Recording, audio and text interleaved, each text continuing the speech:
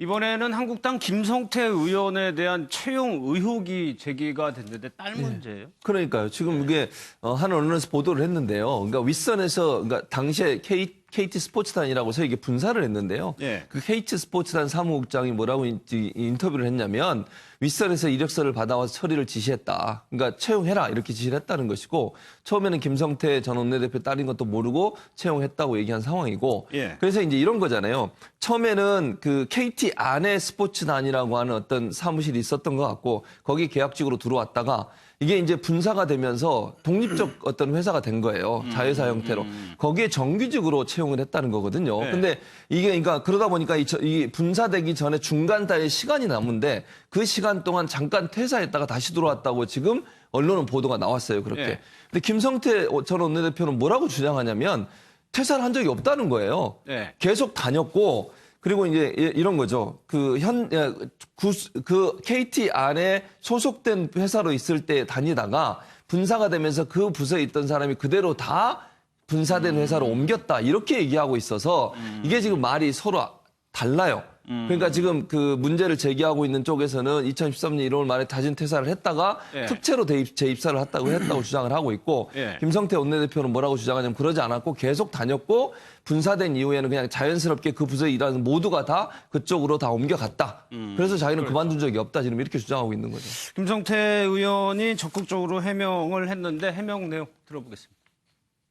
청년 실업이 하늘을 찌르는 요즘 수년간의 비정규직을 거쳐 가까스로 정규직 취업에 성공한 한 젊은이에게 단지 그 아버지가 야당 정치인이라는 이유 하나만으로 의혹의 눈길을 보내고 특혜 취업으로 매도하려는 것은 깊은 유감을 표하지 않을 수 없다는 말씀을 드립니다.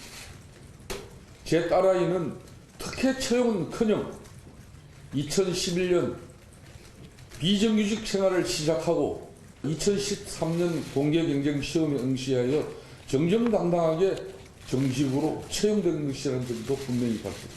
이 기사 내용에 보면은 수백 대 1의 경쟁률을 뚫고 공채로 합격한 뒤 한 달 만에 스스로 퇴사하고 2달을 쉬었다가 KT 스포츠로 분사를 계기로 특채로 재입사한 새빨간 계기입니다. 우리 딸의 KT 공채 합격하고 자진 퇴사한 적 없습니다. 2달 쉬은 적 없습니다. 하루도 빠짐없이 일했습니다. 새빨간 거짓말이다. 근데 강 변호사님 그래가지고 어렵게 정규직이 됐는데 딸이 결국 퇴사를 합니다. 이 시점이 조금 묘하다는 쪽 의견도 있어요. 근데 퇴사를 안 했다고 얘기를 하니까 네. 일단은 뭐 가정에서 얘기를 할 수밖에 없습니다. 아니 사표를 제출. 사표를 제출했다. 네, 나중에. 그 사표를 제출한 거는 이제 글쎄요 이렇게 어렵게 이제 들어갔는데 네. 그야말로 또 공채로 들어갔다가 다시 또 특채가 됐다는 거 아닙니까? 지금 나오는 얘기에 의하면 어쨌든 저기 정규직 공채라고 하는 것은 KT 같은 경우 굉장히 어렵습니다. 네. 들어가기가 쉽지 않은데요. 그런데도 불구하고 이제 그만둔 것은 글쎄요 다른 어떤 일을 하고 싶어서 뭐 그럴 수도 있겠습니다만은 그 시점이 묘하다는 것은 뭐냐면 결국 이제 공기업에 대한 어떤 특혜 채용이라든가 이런 것들이 문제되는 시점하고 맞물리지 않느냐. 네. 뭐 이런 얘기가 나올 수 있는 겁니다. 근데 그거는 이제 앞으로 과연 이것이 이제 문제가 있는 것인지 아니면 김성태 의원이 얘기하는 것처럼 그야말로 또 전혀 문제가 없는 것인지는 앞으로 밝혀야 될 것 같은데 네. 어쨌든 제 생각에는 그렇습니다.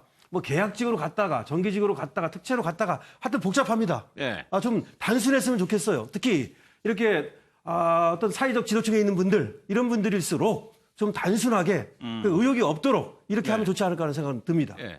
근데 여당에서 홍영표 원내대표가 국정조사 얘기를 했는데 네. 김성태 전 원내대표는 왜 이 시점에 내 얘기가 나오는 거에 대해 좀 의혹을 좀 가지고 있나 봐요. 예.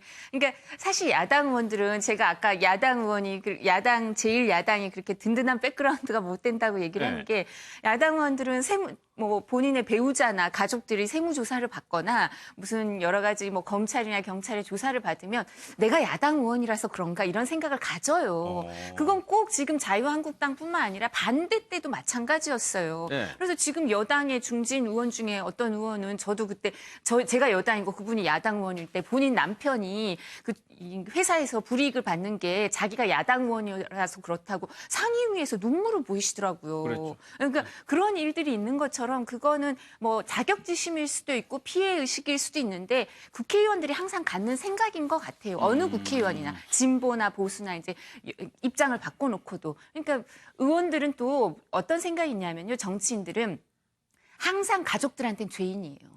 특히 이제 자녀들은 배우자는 사실 정치인의 아내가 직업일 수도 있고 뭐 정말 마음이 안 맞으면 이혼할 수도 있고 이러니까 어쩔 수 없다고 생각하지만 선택의 결과에 대해서 책임을 진다고 생각하지만 그 자녀들에 대해서는 항상 죄인이라고 생각하는 것 같아요. 부모를 선택해서 할 수가 없잖아요. 근데 사실 얼마 전에도 그 전직 지금 여당 의원인 분이 자기 자녀가 그 국회의원 딸이라는 것 때문에 이제 뭐 여러 가지 어려움이 있어서 외국에서 공부를 하고 이랬는데 한국에 들어와서는 정신과 치료를 오래 받았다 이런 얘기도 하시더라고요. 그런 것처럼 아마 그 김성태 원내대표도 그 딸이고 자식 문제이기 때문에 더욱더 저런 이렇게 그 죄책감 같은 게 있어서 저렇게 얘기를 하실 텐데 아마 이것도 야당 의원한테는 절대 이제 수사기관이 유리하지 않기 때문에 조사하다 보면 다 밝혀질 거고요. 그다음 김성태 전 원내대표의 딸이 원래 이제 그만뒀다고 하는데 이제 처음에 입사를 뭐 2011년에 했으니까 지금 2018년 됐으니까요. 네. 뭐 2011년에 했는데 뭐 1, 2년 만에 그만뒀다 그러면 이상할 수 있겠지만 지금도 뭐 그만뒀다고 하면 상당 기간 근무했으니까 또 나름대로 뭐 개인적인 이유가 있을 수도 있고요. 그래서 이런 거는 조사를 다 하니까 지금 조사를 안 할 수가 없을 거예요, 이 사건. 그러니까 밝혀질 거예요. 그러니까 1차적으로 저는 이렇게 생각해요. 저 지금 문제를 제기하고 있는 노조 측에 주장하고 있는 부분에 대해서 조사가 이루어져야 되고요. 1차적으로 처음 입사할 때부터 문제가 있다고 지금 노조 측은 주장하고 있는 거잖아요. 아까 그 본부장인가 그분이 얘기한 걸 보면 계약직으로 들어올 당시부터 이력서가 위로부터 내려왔고 입사시켜라 이런 얘기를 했다고 하니까 그 진술이 무슨 뭐 신실인지 아닌지는 밝혀봐야겠죠. 정말 그렇게 그런 역할을 했는지. 또 일부에서 뭐라고 얘기하냐면 이게 전산 조작을 했다고까지 주장이 나오고 있어요. 그러니까 예를 들면 계약직으로 정규직으로 넘어가는 과정에 전산 조작을 했는데 그 부분에 대해서 정확히 지금 김성태 원내대표가 말을 못하고 그러니까 지금 현재 본인은 새빨간 거짓말하고 얘기는 하시지만 구체적인 증거가 나오지 않고 증거를 제시하지 않았으니 그 부분도 전산 자료 같은 경우에는 이제 서버에 다 남아 있다고 하니까 그 부분 다 조사해서 정말 그게 정상적인 방법으로 된 건지 아니면 문제가 있는지는 밝혀내야 되겠죠. 알겠습니다.